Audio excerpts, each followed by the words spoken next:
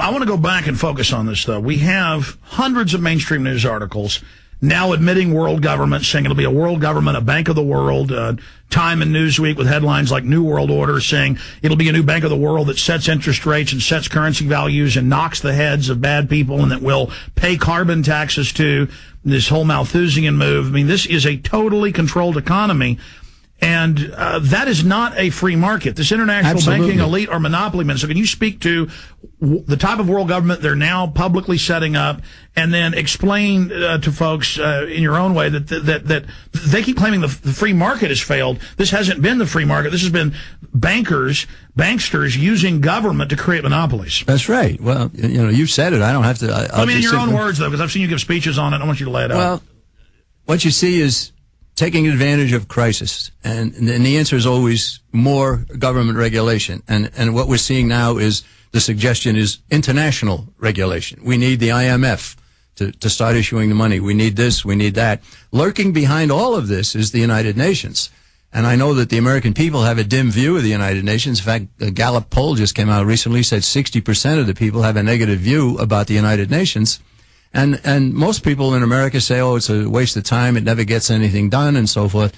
No, that's not so. It's lurking in the background and poised and ready to take total control. The people who are supposedly solving the problems aren't solving the problems. What they're doing is building more power for themselves at our country level and then internationally and so forth. You got the EU working into this now. EU ministers are saying globalism is the answer. We've got to have that.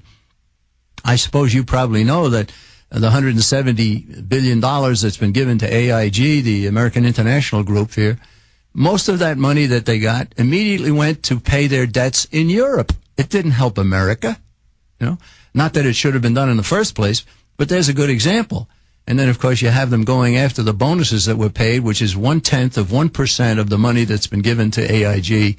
And if they stop the bonuses, the people are going to say, well, at least the government's doing the right thing. No, it's not doing the right thing. It's diverting attention from the real problem, which is $170 billion being given to an organization that should have been allowed to fail. And that's only one of many globalist organizations, and there's no discussion of the franchise owner, of the big billionaire George Soros, David Rockefeller, Rothschild types who were actually getting the money from the bailout. Meanwhile, they divert everybody with, oh, look at these CEOs who work for them, as you said, getting a pittance, a tiny fraction of the real money. A gnat on a bull elephant. That's what it is. You know, but the people are saying, oh, okay, at least they're doing something right. No, they're not doing something right. First of all, if a company wants to give somebody a bonus, it's none of the government's business in the first place. That's right. That's another principle. That's right. It sets the precedent to come in and regulate every facet of the economy, and now that's the new power that they're saying they want to give Geithner, is to go after not just banks but other companies. Right. Now, Geithner's an interesting guy. He was the head of the New York Federal Reserve. Right. The New York Fed is the power. There's 12 member banks in the Federal Reserve System. A lot of them, it's just window dressing. The power is New York. Not even in Washington. They have a big, beautiful building in Washington. I've been inside that building. Right? Big, beautiful building, but the power is in New York City, and Geithner was the head of it. All right? And what has Geithner accomplished? He's accomplished, as the head of the Fed, continuing a process of printing tremendous amounts of money that lowers the value of everybody's money. I like to say, when I was a boy, I could buy a candy bar for a nickel, and now it costs a dime. But the candy costs the same. The value of the dollar has gone down 95% since 1945. Where did it go? It was stolen from the American people by a process called inflation. And inflation is not only thievery, it can destroy your nation, as it did Germany after the Weimar Republic and their inflation. Well, that's the plan they've stated, is to blow out the world's currencies and then set up a new super currency that controls regional currencies. And they're now announcing at the G20 coming up in April. And I was just watching Gordon Brown online Bad man. A few days ago before the European Parliament. And he said a global Europe, that's a quote, global Europe dominating the entire planet. And he said world government financial control over every nation, setting world tax rates. They got a world army. They got a world court. They're coming in with world taxation and regulation. Can you speak to the phony carbon taxes and the environmental movement, what that's really about? Because you've exposed that. Well, first of all, global warming is a charade, in my view. Yes, temperatures go up and temperatures go down. It's not caused by you and me driving our automobile or hairspray or any of that stuff. This whole global warming thing is a charade, a farce. And what it's designed to do is to give government more power. Once again, you see the same thing. So now they've decided that they have to have carbon taxes in order to shut down more of America's industrial power. Much of it has already been shut down by outsourcing and by NAFTA and the rest of it. So they want global carbon tax, and the United States is going to have to pay taxes in order to continue doing any industrial activity. In order to solve a problem that's not going to be solved by cutting back on carbon. Carbon dioxide is wonderful. Carbon dioxide is something that all plants eat. You want carbon dioxide. If you have carbon dioxide, you're going to have better trees, better bushes, better crops, better everything. And it's just bonkers. Everything's backwards. And we got all kinds of experts out there. We got these experts in the economic field and experts in the so-called environmental field, people like Al Gore. If he's an expert, I'm a Martian. Well, he's very arrogant. He had nothing to do with the internet, and he claims he invented it. He invented the internet. That's right. Yeah. Which was around in its infancy when he was in college.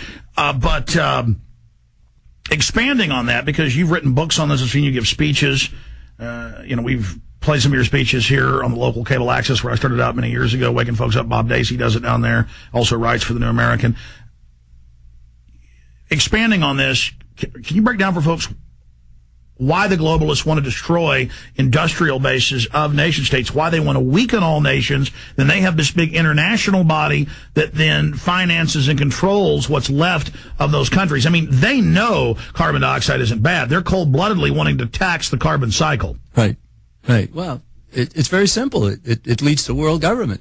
You can't merge the United States with some of the poor backward countries in Africa without destroying the United States first.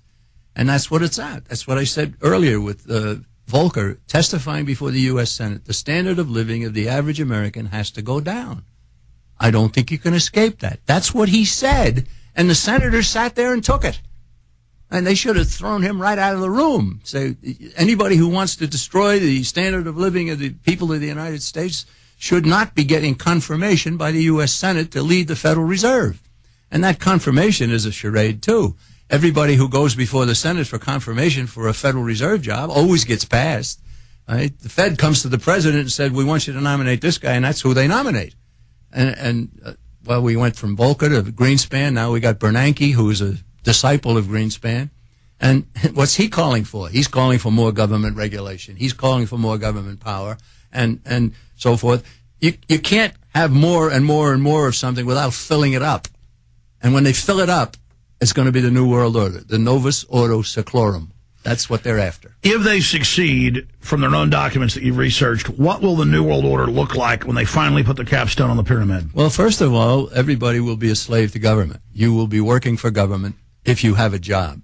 And secondly, I believe that there will be a physical extermination of many, many millions of people. They've done it everywhere they've taken over. They did it in Russia. They did it in China. They did it in Laos. They did it in Cambodia. Every place where total government has taken over, there has been carnage of immense proportions. Now, you got a guy like, who's the guy running around in his little boat, the great oceanographer, Jacques Cousteau. Jacques Cousteau. Did you ever see what he said? Yeah, we've got to kill 350-something thousand people a day. It's a terrible thing to say that, but it's even more terrible not to say it and not to do That's it. Right. And specifically, go over that. The United Nations 1996 Biological Diversity Assessment says they got to get rid of 80% of us. All these public statements by Prince Philip. I mean, this is what they do. This is what they're into. Explain that to people. Well, why would you want to do that except that you hate mankind, except that you have a diabolical determination to rule the world, and you're going to get a lot of people out of the way, and you're going to scare the rest into submission by killing so many. Cousteau is supposed to be a nice man. He's worried about the oceans and everything else, but he actually said what you said. I think it was 435,000 a day until we get down to a level of about 1 million people. Yeah, well, when I make films, I actually go to the library to pull the quotes. Yeah. And that was appeared, incidentally. That appeared in a United Nations document. That's what I was about to say. Yeah. And so the reason people will then find our numbers and go, well, I found this, I found that. Cousteau said that dozens of times, different numbers, 300 and something, 400 and something, 500 and something. Right. In a PBS interview he did right before he died in France. It was an interview in his garden. There's video of it. I mean, he said it constantly, just like Prince Philip in books and Reuters articles in German newspapers said, I want to come back reincarnated as a virus to kill 80% of the population. So there's a lot of different quotes, but you're absolutely right. And then you've got Walter Cronkite saying it. You've got Bill and Melinda Gates Foundation with his daddy heading up Planned Parenthood, a eugenics organization. And from my research, what I cover in Endgame, and I want to get your take on this, sir, you had eugenics being the dominant scientific craze 100 years ago. It's what founded a lot of institutions here. The Rockefellers funded it in England, in Germany, the Kaiser Wilhelm scientific research group that did all of that.